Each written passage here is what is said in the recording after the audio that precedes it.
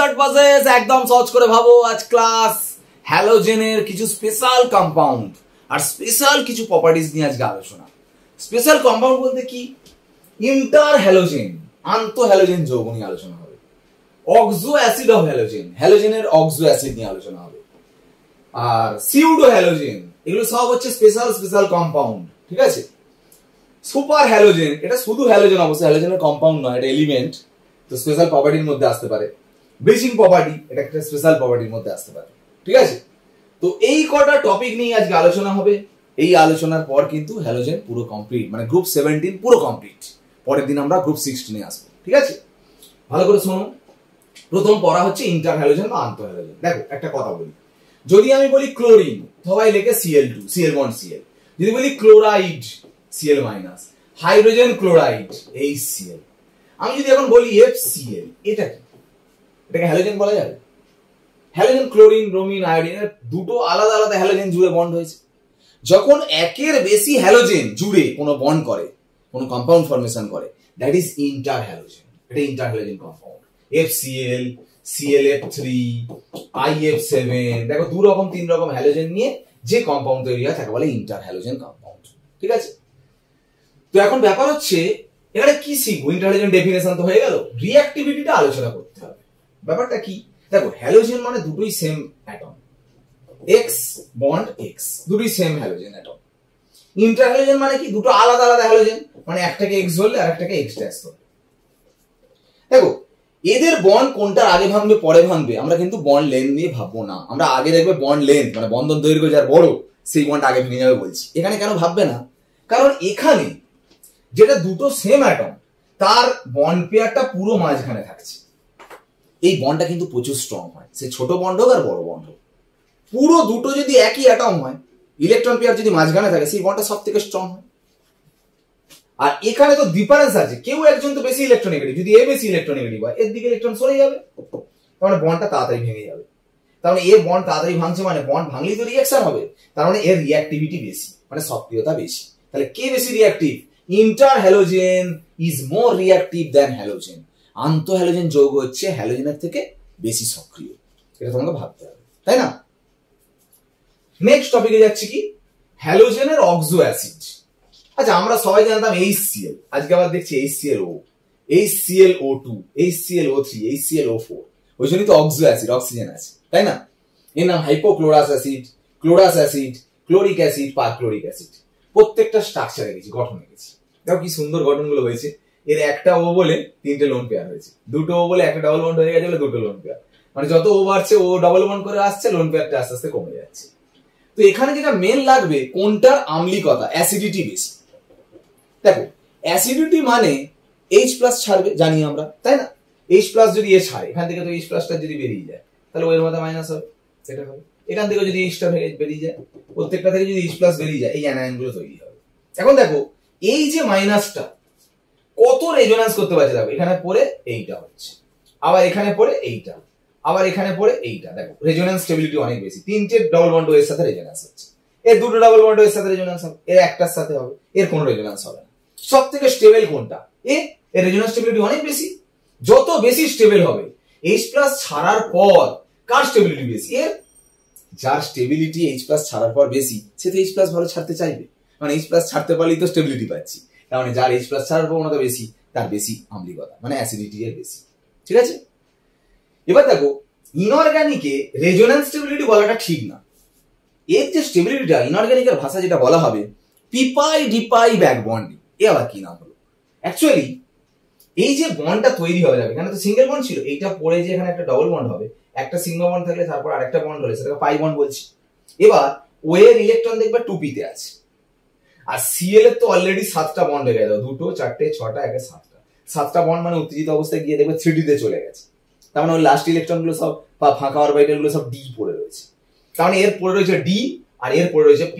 তাহলে বন্ডটা যে এখানে নতুন হচ্ছে, p এর সাথে d এর ওভারল্যাপ হবে, ওই জন্য p পাই d পাই। আর যেহেতু বাইরে থেকে ভিতরের দিকে ইলেকট্রনটা আসছে, ওই জন্য বলছি p পাই d পাই ব্যাক বন্ডিং। যদি ভিতর থেকে বাইরের দিকে যায়, তখন বলো p পাই d পাই বন্ডিং। এটা p পাই d পাই ব্যাক বন্ডিং বলা হচ্ছে, তার মাধ্যমে একটা স্টেবিলিটি লাভ করছে। এই স্টেবিলিটির জন্য এ তাড়াতাড়ি H+ ছেড়ে এটা তৈরি হতে চাইবে, সেই জন্য H+ টেন্ডেন্সি ছাড়া বেশি আম্লিক। বুঝতেই পারছো different of oxygen number, oxygen যত বাড়ছে সংখ্যায় তার আম্লিকতা তত বেশি হচ্ছে। খুব ভালো। এই অক্সিজেন গুলো দেখো অক্সিজেন নাম্বার সেম, হ্যালোজেন গুলো ডিফারেন্ট। এখানে আবার দেখো বন্ড দেখো লেন্থ সবার সমান, সবাই ওইচএস, কিন্তু দেখো ফ্লুরিন সব থেকে বেশি ইলেকট্রন টানবে, তারপরে ক্লোরিন, তারপর ব্রোমিন, তারপর আয়োডিন। দেখো যত ফ্লুরিন ইলেকট্রন টানবে তত এর মাথায় বেশি ক্রাইসিস ইলেকট্রন, আর এর মাথায় যত ক্রাইসিস হবে তখন এ আবার এর থেকে বেশি টেনে নেবে, বন্ডটা তাড়াতাড়ি ভেঙে যাবে। মানে এ বেশি অ্যাসিডিক, মানে ফার্স্ট আম্লিকতায়, এটা সেকেন্ড, এটা থার্ড, এটা ফোর্থ। এখানেও তাই, এটা ফার্স্ট, এটা সেকেন্ড, এটা থার্ড, এটা ফোর্থ। হলো। নেক্সট টপিক আসবো সিউডো হ্যালোজেন, ছদ্ম হ্যালোজেন। দেখো প্রথমে আমাদের জানতে হবে ছদ্ম হ্যালাইড, সিউডো হ্যালাইড।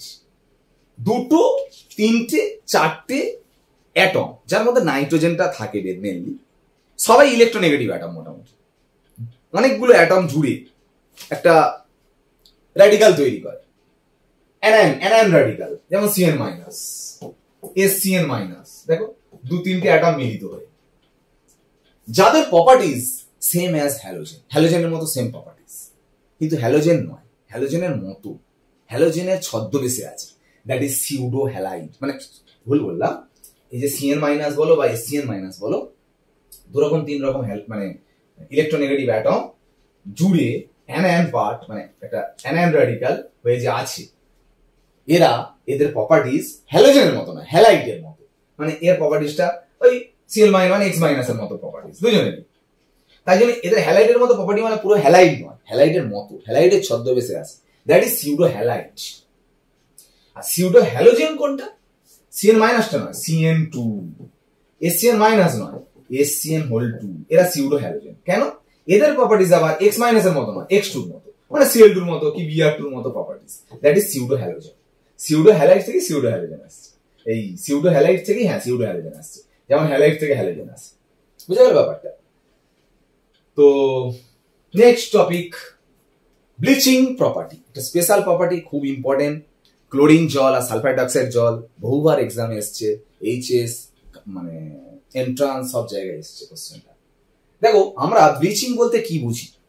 কালারটা ডিসকালার হয়ে যাওয়া। কালার কেন হয়? যার কালার, মাথার চুলের কালার কালো, সেই কালো কালারটা পার্টিকুলার, ওর মধ্যে একটা রঞ্জক পদার্থ আছে, তার মধ্যে একটা নির্দিষ্ট ফাংশনাল গ্রুপ আছে, কার্যকরী গ্রুপ। সেই ফাংশনাল গ্রুপটা যা ইচ্ছা হতে পারে, তার জন্য কালারটা আসছে। ধরো ব্ল্যাক, আমি যদি এই চুলটাকে অক্সিডেশন করি, মানে জারণ করি, ফাংশনাল গ্রুপটা অন্য ফাংশনাল গ্রুপ হয়ে যায়, চেঞ্জ হয়ে যায় ফাংশনাল গ্রুপ, তখন সেটা কালারলেস হয়ে যাবে। আবার যদি এই চুলের ওই ফাংশনাল গ্রুপটাকে আমি রিডাকশন করি, মানে বিজারণ করি, ফাংশনাল গ্রুপ চেঞ্জ হয়ে যাবে, চেঞ্জ হয়ে গিয়ে কালারলেস হবে। তার মানে জারণ করলেও কালারলেস, বিজারণ করলেও কালারলেস, অক্সিডেশন করলেও কালারলেস, রিডাকশন করলেও কালারলেস। এবার দেখতে হবে কি দিলে অক্সিডেশন হচ্ছে, কি দিলে রিডাকশন হচ্ছে। ক্লোরিন জল দিলে রিঅ্যাকশন করে দেখো অক্সিজেন তৈরি হচ্ছে, আর সালফার ডাইঅক্সাইড জল দিলে রিঅ্যাকশন করে হাইড্রোজেন তৈরি হচ্ছে। তার মানে এও ব্লিচিং করতে পারে, এও ব্লিচিং করতে পারে। এই অক্সিডেশনের মাধ্যমে ব্লিচিং করে ক্লোরিন জল, আর সালফার ডাইঅক্সাইড জল রিডাকশনের মাধ্যমে ব্লিচিং করে। দুটো ডিফারেন্স। আরেকটা কি, ক্লোরিন জল দিয়ে ব্লিচিং করলে তার ব্লিচিং প্রপার্টিটা স্টেবল, মানে ব্লিচিং একবার করে দিলে, মানে কালারলেস করে দিলে আর কালো হবে না। কিন্তু এ আনস্টেবল, মানে একে কালারলেস করে দিলেও পরে আবার কালো হওয়ার চান্স আছে। কেন জানো? আমাদের চুলটাকেই ধরো আমি বললাম ব্লিচ করেছো Cl2 ওয়াটার দিয়ে, অক্সিডেশন করে, তো অক্সিডেশন দিয়ে সাদা করে দিয়েছো, মানে কালারলেস করে দিয়েছো। এবার আমি তো এয়ারে থাকবো, এয়ার বায়ু কি পদার্থ জানো? জারক পদার্থ, মানে অক্সিডাইজিং এজেন্ট। তাহলে আমি অক্সিডেশনের মাধ্যমে কালারলেস করেছি, এয়ারে রাখলে আরো অক্সিডেশন হয়ে আরো কালারলেসের দিকেই তো যাচ্ছে, কালো হওয়ার আর চান্স নেই। কিন্তু রিডাকশনের মাধ্যমে করলে, এইটা তো রিডাকশনের মাধ্যমে হয়েছে, কিন্তু এয়ারে রাখলে এয়ার তো অক্সিডাইজিং এজেন্ট, আবার অক্সিডেশন করে আবার ব্ল্যাকে ফিরিয়ে আনতে পারে। এর অক্সিডেশন করলে আরো এই দিকে চলে যাচ্ছে, কিন্তু এর অক্সিডেশন করলে আবার ব্যাকে আসে ব্ল্যাক হয়ে যাবে। সালফার ডাইঅক্সাইড জল দিয়ে করলে কিন্তু আবার ব্ল্যাক এসে যেতে পারে। ঠিক আছে? তো যাই হোক, next question topic, super halogen. Anomalous behaviour of fluorine. ফ্লুরিনের অ্যাবনর্মাল কিছু বিহেভিয়ার আছে, অন্য হ্যালোজেনের নেই, ওই জন্য ফ্লুরিনকে বলা হয় সুপার হ্যালোজেন।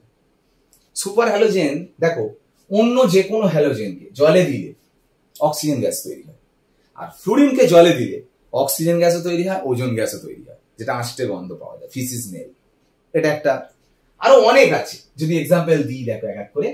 ধরো আমি তোমাকে বললাম HF, এটা ডাইবেসিক অ্যাসিড ফর্মে থাকে, মানে দ্বিক্ষারীয় অ্যাসিড। কেন?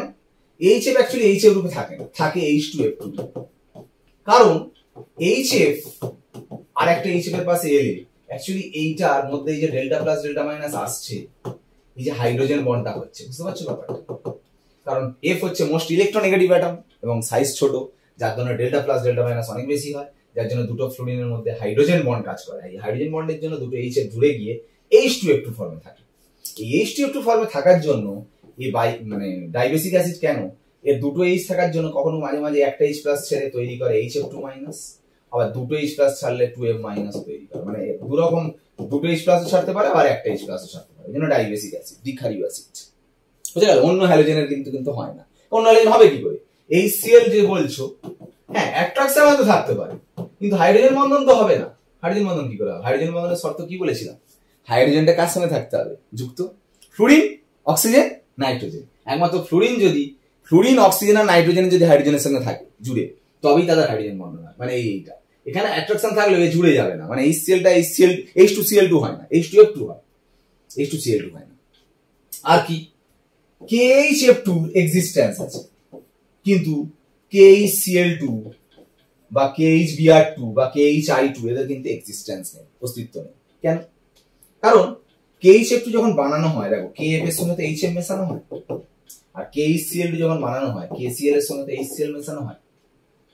এটা তো মেটাল নন মেটাল মানে আয়নিক কম্পাউন্ড, এটা দুটোই নন মেটাল মানে হচ্ছে কোভ্যালেন্ট, এটাও কোভ্যালেন্ট, এটা আয়নিক কম্পাউন্ড, সরি একদম প্লাস একদম মাইনাস, মানে তড়িৎযোজী বন্ধন।